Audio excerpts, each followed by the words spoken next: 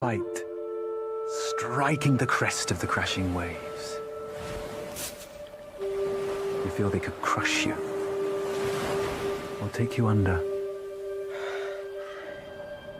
One of the things that interested me about this film was creating two time periods, because we are the same person, but we change so significantly over an extended period of time.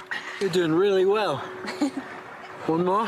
One more. Tom is the catalyst of everything that happens in the movie. So you need somebody who is incredibly charismatic to appeal to Marion and to Patrick. And it was a kind of no-brainer from the start, really, about Harry and Tom. I thought it was such a beautiful script. And just the complexity of Tom and everything he goes through made it like a really interesting character that I wanted to have a go at. I don't know what's happening.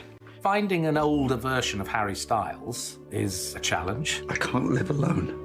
Although we're playing the same person, I'm playing him 40 years on, and in many regards, he's a different man. When we got Harry, we were looking for a young Marion, and Emma Corrin has an honesty and a simplicity that comes from a sort of very open place.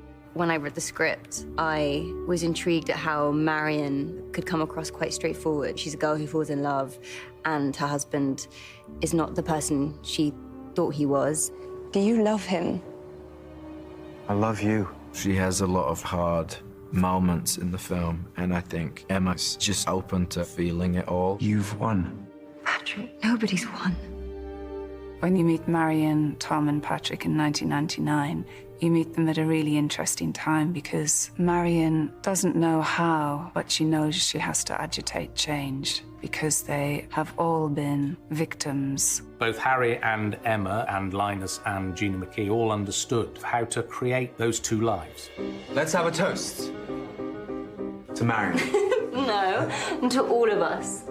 To all of us. To all of us. All of Cheers. us. Cheers. David Dawson, who plays Patrick, is somebody else I've worked with before, and just knew instinctively that if he read the role of Patrick, that he not only would be able to relate to it, but he'd also be able to do something quite interesting with it. What I love about Patrick is he knows who he is, and he's incredibly proud of his sexuality. And he's gone through an awful lot in his life, and he's skillfully found a way of still being able to be many aspects of himself in public. Excuse me, Mr. Hazelwood. There's a gentleman here to see you. He has the most expressive eyes, and there's just something about his whole demeanour that I knew would help root that Patrick-Tom story in the 1950s beautifully. You shouldn't have dragged me into it. You touched me first. All three of those younger actors did something that was not on the page. They all brought something else. And then when the three older ones took over, if you like, 40 years later, they were able to carry on doing that. Rupert is an interesting example. You would think where somebody has hardly any lines at all because they can't speak, that would be quite restrictive, but his expressiveness as an actor was still there. No! He doesn't want to see you. I think it's an exciting challenge, really, because in a way, most of my work is done for me by the other actors. I really just have to sit there and reap the benefits because the idea is so poignant. Eve! Leave?